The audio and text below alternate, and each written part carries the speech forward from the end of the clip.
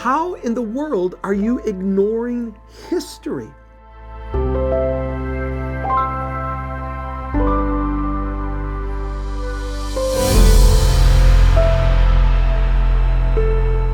Hi, this is Bishop Robert Stearns. Thank you for dropping by. We're going to have a fascinating conversation today about this question of Israel and Palestine. We hear this pretty constantly right now in the news cycle. All kinds of conversation about this. I remember issues even with passports being issued, people being born in Jerusalem, and it would say Jerusalem, Palestine, or Jerusalem, Israel. I mean, it's a constant source of conversation. We're going to get into this topic today. And this is going to have quite a bit of data, quite a bit of dates, facts, timelines, because we're going to dive into the biblical, historic, and archaeological background of this so that we can stand for truth in a world that oftentimes has trouble with truth, which thankfully has facts to back it up. So I'm going to be using my notes a little bit more than usual because there's a lot of dates and a lot of things that I want us to go through. But let's go back to this question of the land of Israel. Is it called Israel or is it called Palestine? Let's understand that a little bit more. So first of all, the land of Israel has been home to the Jewish people for over 3,000 years.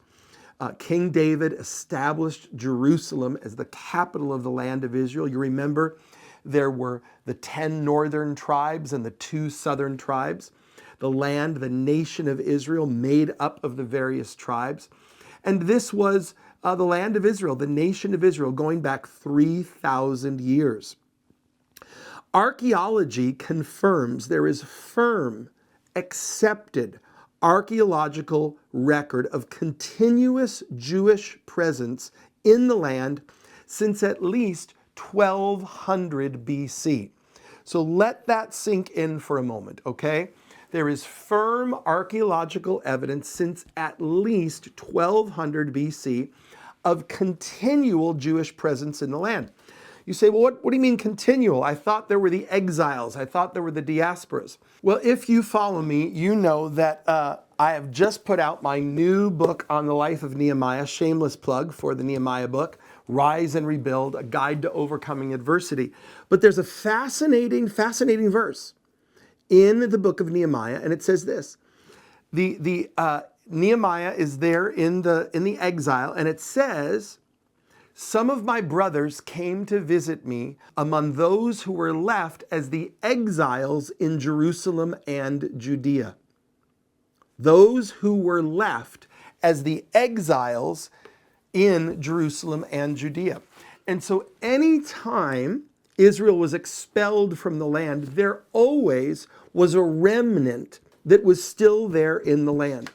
So we have uninterrupted 3,000-year Jewish continuity in the land of Israel and archaeological evidence for it to at least 1200 BC. Now, the Romans came in and occupied the land, and now we come to this question of Palestine, and this is where things start to get confusing. In the year 70, after the time of Jesus, the Romans destroyed the Second Temple and exiled many Jews, but as I said, there still remained some Jewish communities in the land. In 135, there was the Bar Kokhba revolt, who was revolting, Jewish presence that was still in the land of Israel, still fighting for their land. These are the indigenous people of this land, fighting for it for 3,000 years. And the Romans crush this revolt, and they want to erase any memory of the Jews to the land. They want the revolt to end. They want everything to stop. So at that time, the whole territory that they were fighting in was known as Judea, Judea.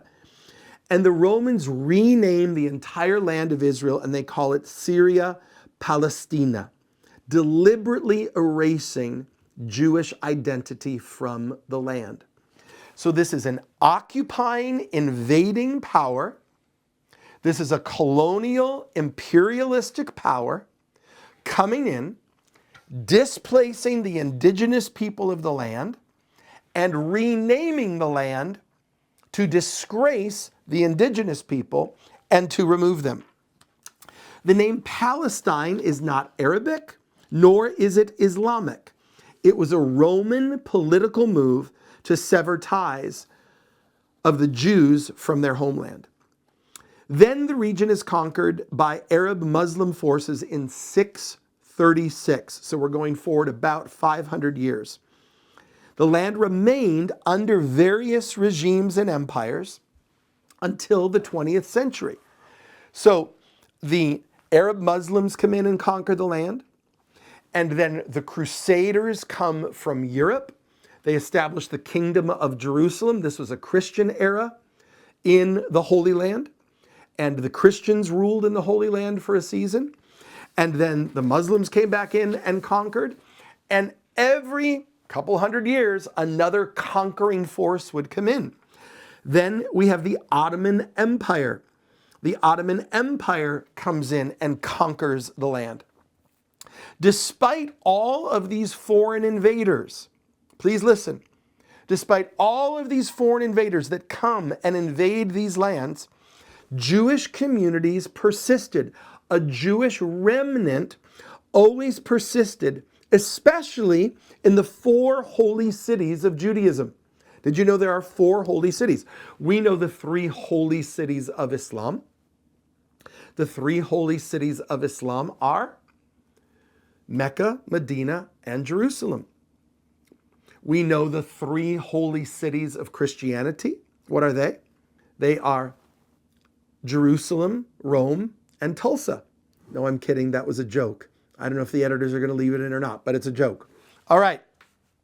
But the 4 holy cities of Judaism are Jerusalem, Hebron, Tiberias, and Sfat.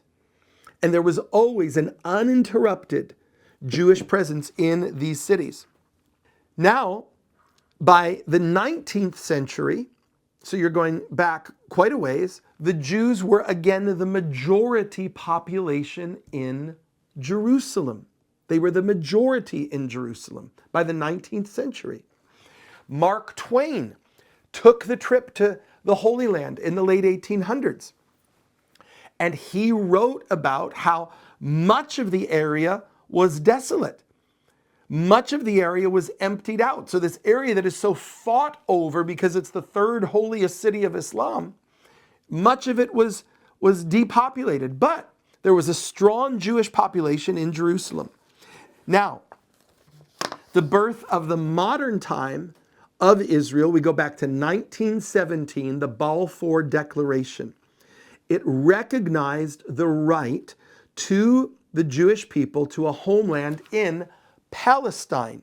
But understand that Palestine was not functioning as a nation.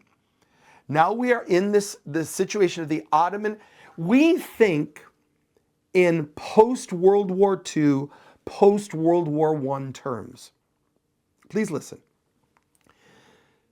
The borders, the crystal clear borders of nations that we have today are a relatively new thing. When you go back in history, there were territories, there were areas. There were not border fences. You didn't cross with a passport 200 years ago from one territory to the next. There were far more porous and vague borders around the world. So Palestine was simply the name of a territory that was ruled over by various kingdoms. The Ottoman Empire and then the British Empire. The British Empire in 1917, the Balfour Declaration, is declared. And this right was reaffirmed, please listen, by the League of Nations mandate in 1922. Why is this important? Because the educated idiots at Harvard, the educated idiots at Columbia and Yale are sitting here saying Israel is a colonialist, guilt-ridden response to World War II and the Holocaust. How in the world are you ignoring history? The move to recreate the state of Israel in her ancient indigenous homeland, first of all, it's always existed throughout history, but it's existed in earnest since the late 1800s. And the modern nations began to pick it up in the early 1900s, long before Hitler was ever heard of.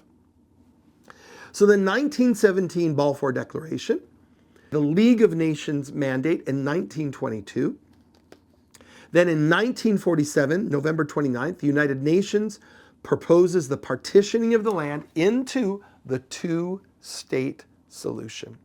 Israel accepts the two-state solution. The Arabs rejected it. On May 14th, 1948, Israel declares independence, and the next day, 5 hostile Arab nations invade.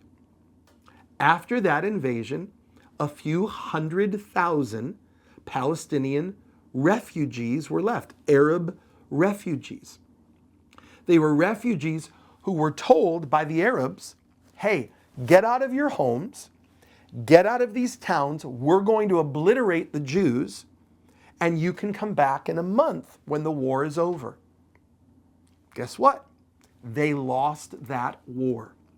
When you lose a war, there are consequences. That's why you shouldn't start a war flippantly.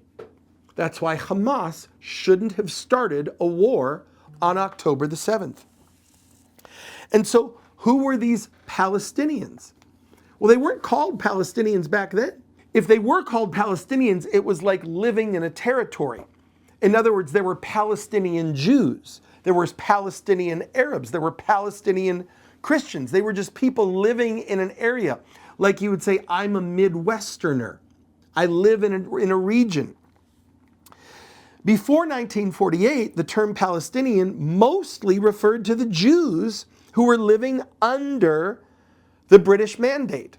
Do you know the newspaper, the Jerusalem Post, which is a Jewish newspaper? Do you know what it used to be called? The Palestine Post. Because it was Jews living under this term that was that territory. It was only later that the concept of a Palestinian people with a national identity emerged in the 1960s as a political movement. Who was central to all of this? Yasser Arafat, the founder of the PLO, the Palestinian Liberation Organization. Where was Yasser Arafat, the Palestinian, born? Egypt. Yasser Arafat was born in Egypt. I really think that's all you need to know to understand the absurdity of this situation. And so, folks, the reality is this. Israel's claim to the land is not just biblical. It is historic, it is archaeological, it is legal, it is political. We as Christians have an obligation to stand for truth, not only biblical truth. We have an obligation to stand for factual truth. And the factual truth is we have a responsibility to stand with Israel and to understand that for 3,000 years, the land of Israel and the city of Jerusalem have been the home of the Jewish people. They are that home today, and they will be, we know, forever. Thank you for taking time to get educated on this important fight in our current culture. Take a moment, like the video, share the video, subscribe to the channel, subscribe to my social media, and together, let's keep working and praying for the peace of Jerusalem. I'll see you next time.